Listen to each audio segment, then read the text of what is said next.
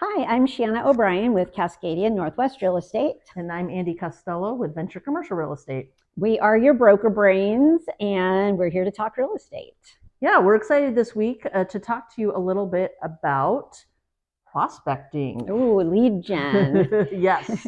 We put out a little informal request to agents asking them what topics that they are interested in. And this is the number one. Everybody's interested in lead gen and prospecting. Yes. I think one of the biggest mistakes people make is they assume that there's an easy button. Maybe they've watched a lot of TV and they think their phone's just going to start ringing and we're going to make six figures in 6 months. And it doesn't require work or effort to make that phone ring. No. Yeah. Or your text to ding, or however people now reach out. And so I think that there's a misnomer about that agents that do make good money in their profession, whether it's on the commercial or the residential side, work their businesses like a business, and they work 40 plus hours a week. Yeah, well, the secret is there's no secret. It's just hard. Yes. I mean, that's the secret. Now you know. Yes. So what's one of the first things you want to talk about? I will, I think, jump in with social media as a means of lead gen for residential agents. So much you can do with social media for free. Market reports, neighborhood updates, neighborhood tours, sharing events in the community that people could come to just build interest in the area that you're trying to sell in. Home tours, virtual open houses, ask the agent, little Facebook Live, pop on and say, ask me anything.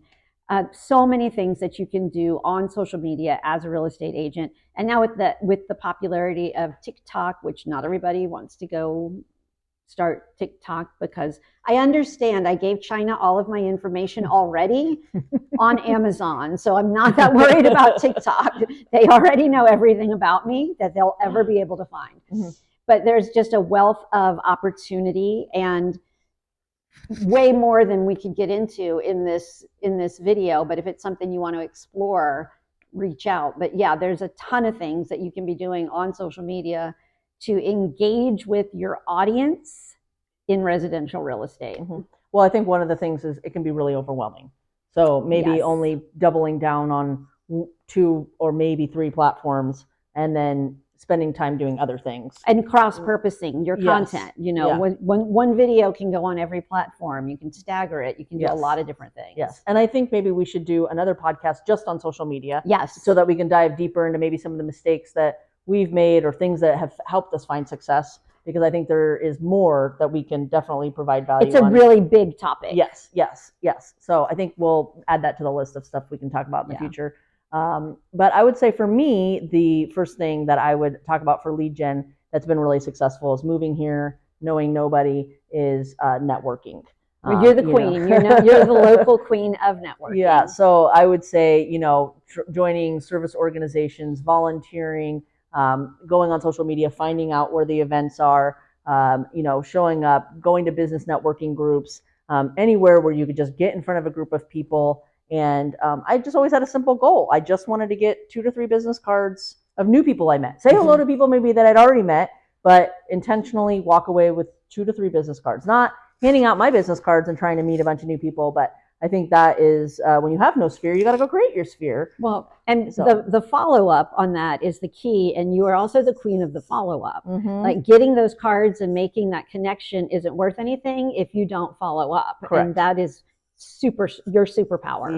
Yes. So yes, that's the point. It's like getting the cards and then inviting people to go have coffee and learn more about them and their business and what their goals are, and then see if I could help them, connect them to somebody else maybe they were looking for.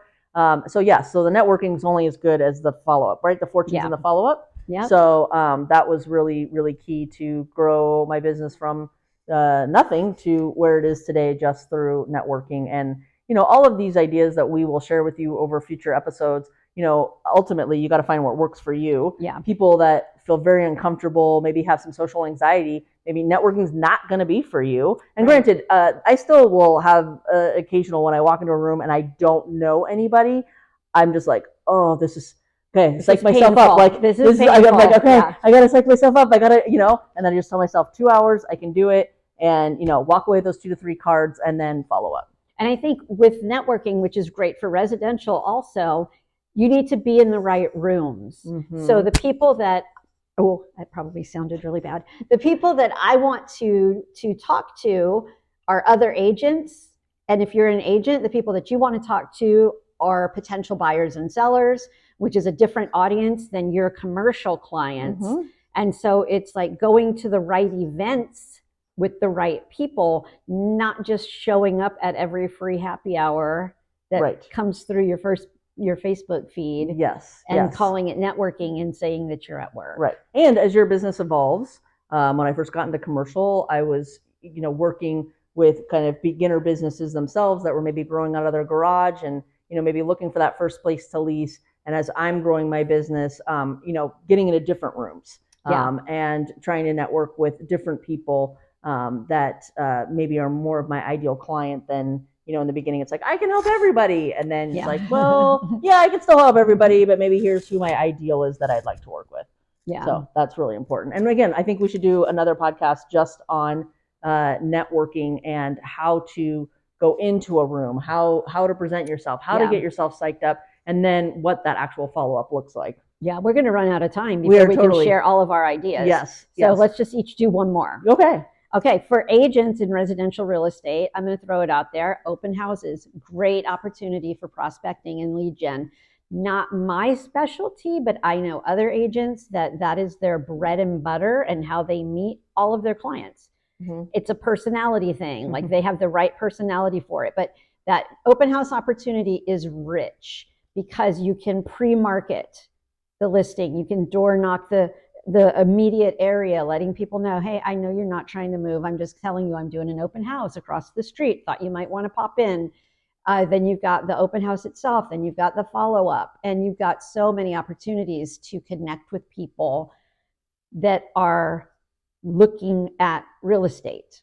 They're not, you always get the looky-loos, but as opposed to, I'm going to go to the wedding, the bridal expo, which I see realtors do. And it's like, because getting married means we're going to buy a house, which that's antiquated thinking. Everybody has already bought their house. How many unmarried couples have we helped? So open houses, and we can talk more about that in great depth if somebody wants to talk about it. And in fact, we have a really great course at my brokerage. We have an online course all about like mastering the open house. Open house doesn't do squat for commercial real estate though. No open houses. I remember when I started on the residential side of the business, I think I did 12 to 15 open houses and I got nothing. And I was like, this obviously is not for me. So I will go find something else. So I would tag on to that. What's also been really successful for me is direct mail. So even on the residential side, you can do direct mail, whether that's, letters to expired listings or something like that. But I do a lot of personal handwritten cards, birthday cards, trying to stay in front of my sphere. I do Thanksgiving cards because I don't want to do Christmas because most people are doing Christmas or New Year's, where I can stand out and be a little bit more memorable because people aren't getting a lot of Thanksgiving cards. So I do a lot of direct mail on the commercial side. We also do direct mail to property owners, targeting a certain segment or a certain niche of property over a certain dollar value. And so we do a lot. Just in January, we've probably spent over $10,000 just in direct mail. So it works for us. So some of it's, more informational that we're sending to property owners, and then the other personal touch that I do. And so I've found a lot of success in direct mail, even though everybody says it's dead. It's not dead. It's not dead. It's not dead. People love direct mail because, we've really gone away from more email. And so people don't get as much direct mail. So we will have more ideas, and we would love for you to throw in the comments anything that you would like to talk about, and we will bring our broker brains back again to answer any questions. Yeah, we'll be back next week. And in the meantime, take care of yourself, and if you can, someone else too. We'll see you next week. Thank you. Thanks.